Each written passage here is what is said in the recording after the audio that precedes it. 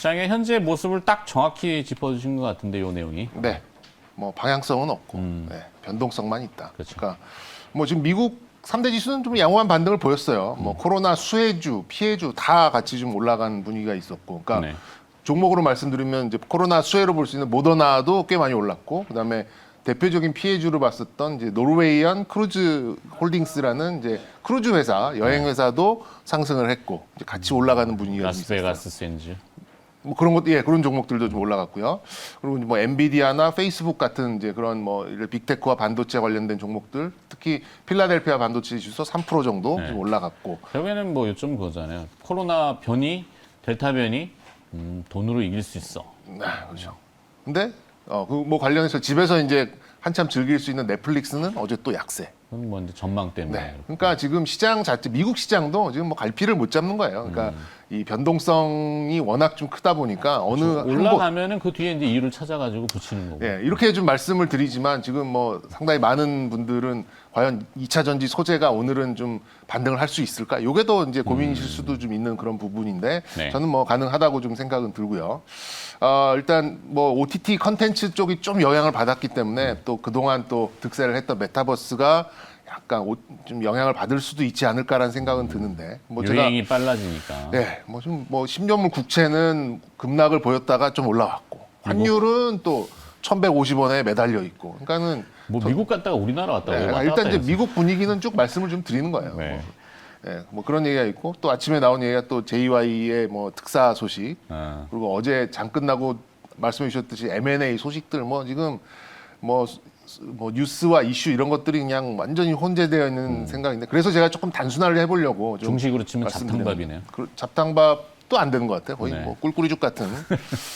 지금 저 이제 제 스스로 생각을 한번 해봤습니다. 미국 10년물 국채가 낮아야 좋은 건가, 높아야 좋은 건가.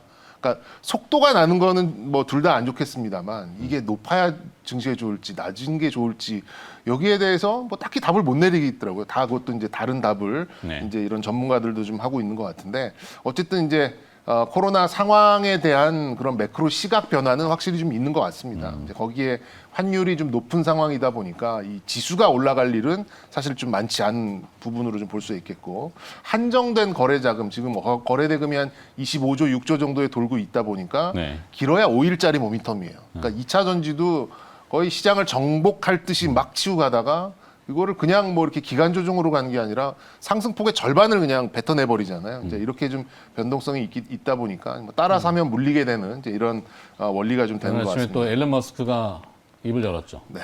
비트코인 얘기도 했고 비트코인이 그래도 또 반등을 하고 있고요. 네, 뉴스타트, 오랄 비트.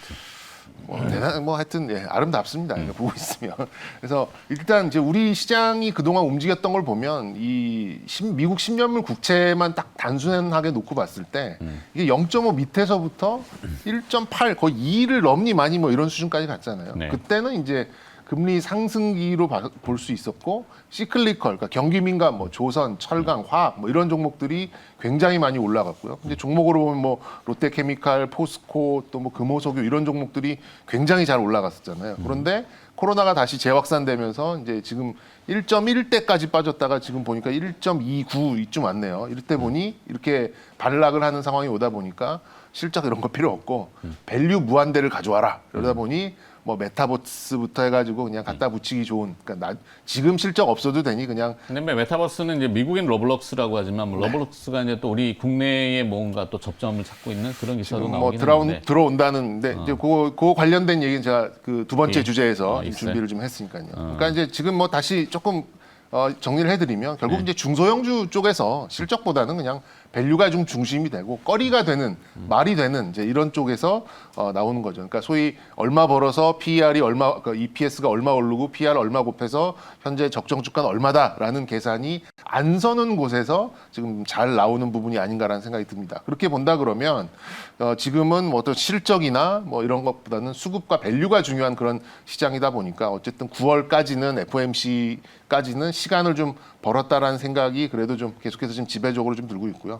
그렇게 본다면 그냥 밸류 무한대, 밸류를 갖다 붙여도 되고 수급도 뭐 좀 속된 표현입니다만 좀 깔짝깔짝 들어오는 이런 쪽을 좀 생각을 해보면 반도체, 한국 쪽의 이제 뭐 JY의 뭐 이제 뭐 특사 소식 있다 그러면 한국 쪽에는 반도체 전공정 그리고 지금 뭐 반박 뉴스가 나오긴 했습니다만 인텔 관련해서는 후공정 그리고 아직 좀 이렇다 할 움직임이 안 나왔었던 쪽이 바이오 그리고 이제 막 돌아가기 시작하는 쪽이 탄소세인 것 같아요. 환경 관련된 탄소세. 네. 그래서 이제 종목들이 이렇게 좀 재미없는 실적 시즌을 보내기 위해서는 결국에는 이런 끼가 있고 밸류를 무한대로 확장을 해도 그런가 보다 할 수 있는 그런 쪽에서 좀 나오는 게 아닌가라는 생각이 들고 뭐 원고는 다 제가 이런 식으로 작성을 했습니다만 어제 한국조선해양의 그 일종의 빅베스죠. 빅베스 소식이 나왔는데 작년 9월 달에 나왔던 자동차랑 좀 비슷한 느낌을 받아요. 그런 면에서 조선주들 뭐 대표로 볼 수 있는 한국조선해양 쪽은 조금 바닥을 잡는 게 아닌가 이렇게 좀 말씀드리겠습니다. 그래서 관련된 종목으로 봤을 때는 뭐 대표적인 종목들이죠. 뭐 KC텍, 제우스, 뭐 달코 다른 반도체 관련된 종목들이고 바이오 관련해서는 안트로젠 네. 좀 뭐 수급 유입 상황도 좀 괜찮은 것 같고 그리고 탄소세 환경 관련해서는 제가 뭐 내일 정도에 하루 좀 잡아가지고 말씀을 좀 드려야 될 것 같은데 뭐 관련돼서는 이제 이산화탄소 포집을 하는 현대오일뱅크와 함께 사업을 진행 중에 있는 태경 BK라는 종목. 이렇게 태경 BK. 네, 태경 케미칼이랑 관계 관련된 종목. 그러니까 이산화탄소를 포집을 해서 그거를 이제 그 기화된 거를 딱 이제 고체화 시키는 게 드라이 아이스가 되는 거잖아요. 네. 그래서 아무래도 탄소를 직접 건드릴 수 있는 그런 산업이 이것도 뭐 확장시키면 뭐 수소에 뭐 한도 끝도 없는데 제가 보기에는 일단 이 탄소들을 포집하는 게 가장 첫 번째가 아닐까라는 생각이 들어서 태경 BK라는 좀 스몰캡 종목 이건 뭐 오늘이라기보다는 향후에 이제 탄소세 관련된 이슈가 나올 때마다 좀 부각될 가능성이 있으니까 태경 BK 같은 종목 좀 부담 없이 좀 보셔도 좋을 것 같습니다. 네. 재료들이 의외로 많아요. 엄청 되게 많습니다. 많고. 예. 네, 그러네요. 오늘 뭐 사실 대북 재료도 있긴 했는데 미국 국무부에서 이제 뭐 중국과 대북 관련돼서 협의가 잘 되고 있다. 뭐 이런 기사 내용도 있었고, 그죠? 저 출연할 때만 이런 게 좀 많더라고요. 많이 쏟아져요. 갑자기 쏟아지고 거기에 또 이제 앨런 머스크까지 네, 또 그러니까요. 뭐 비트코인 얘기하고 지금 또 뭐 에너지 얘기 또 나오고 메타버스, 뭐 디지털 헬스케어 많네요. 많죠. 맞습니다. 자, 이제 개장 6분 앞으로 다가왔습니다. 두 번째 대비하라의 포인트 뭐가 있나요? 네, 이 제목은 이제 김구 선생님의 어록에 있는 이런 그런 거를 좀 따와봤고요. 이제 네. 뭐 김구 선생님의 그 이제 그 묘비에도 있는 그런 건데 오직 한없이 가지고 싶은 것은 문화의 힘이다라는 이제 그런 문구가 있어요. 네. 근데 지금 이제 뭐 메타버스 게임, 뭐 엔터테인먼트, 웹툰 뭐 이런 것들이 결국에는 다 이제 지적 재산권, 결국에 이제 문화 산업의 힘이잖아요. 이제 네. 이런 문화 산업의 힘이 지금 밸류가 무한대로 좀 커져가는 그런 상황이다 보니까 여기에 대해서 좀 더 좀 말씀을 좀 드릴까 좀 하고요. 뭐 아까 말씀드린 대로 현재 시장에서 이제 무한 신뢰와 밸류를 좀 뭐 주입하고 있는 부분이 역시 이제 뭐 엔터 3사, 뭐 메타버스, 게임, 웹툰 또 이런 IP 지적 재산권의 컨텐츠가 중심이 되는 이제 광범위한 그런 문화 산업이 좀 되는 것 같아요. 그러니까 오늘 아침 또 뉴스 보니까 배틀그라운드, 그러니까 크래프톤의 배틀그라운드의 게임 IP를 가지고 애니메이션 계약을 좀 맺었다라고 좀 이런 얘기가 좀 나오고 있는데 이렇게 좀 이런 지적 재산권의 어떤 확장이 정말 이렇게 잘 된다라는 걸 또 좀 보여주는 예가 좀 아닌가 좀 싶습니다. 일부는 사실 근데 좀 보유자의 영역이긴 해요. 이 뭐 워낙 급등을 좀 많이 했기 때문에 코로나 상황의 악화와 완화 모두를 좀 관통할 수 있는 이런 좀 IP, 지적재산권, 문화산업 여기에 대해서는 뭐 단기에 좀 치고받는 테마주랑은 조금 다르긴 합니다만 어쨌든 지금은 조금 이제 부담스러운 상황은 좀 맞기는 맞습니다. 일반적으로 메타버스 관련된 종목들은 뭐 현재 실적을 논하기는 어렵습니다. 향후 몇 년간 그럴 것 같아요. 근데 아까 제가 언급드렸죠.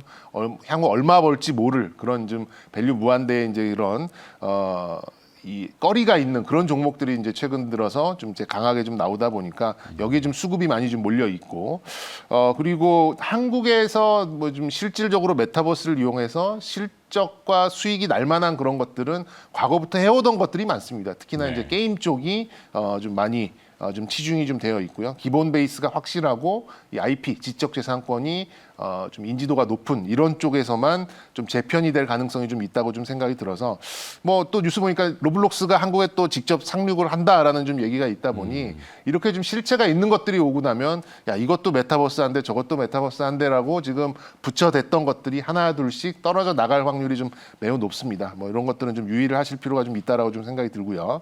그래서 이제 어차피 뭐 당장의 실적보다는 수년간 미래의 그런 불확실한 그런 부분에 대한 실적을 현재로 당겨와 가지고 밸류를 좀 평가받는 거기 때문에 저는 뭐 무조건 IP의 신뢰성이 높은 쪽이 좋다. 그냥 뭐 메타버스라고 갖다 붙인 쪽보다는 지금 현재 충분한 그런 지적 재산권 그리고 여기에서의 이제 뭐 실적이 나올 수 있을 만한 가능성이 높은 쪽을 좀 바라보시는 게 좀 좋지 않을까라는 생각이 들고요.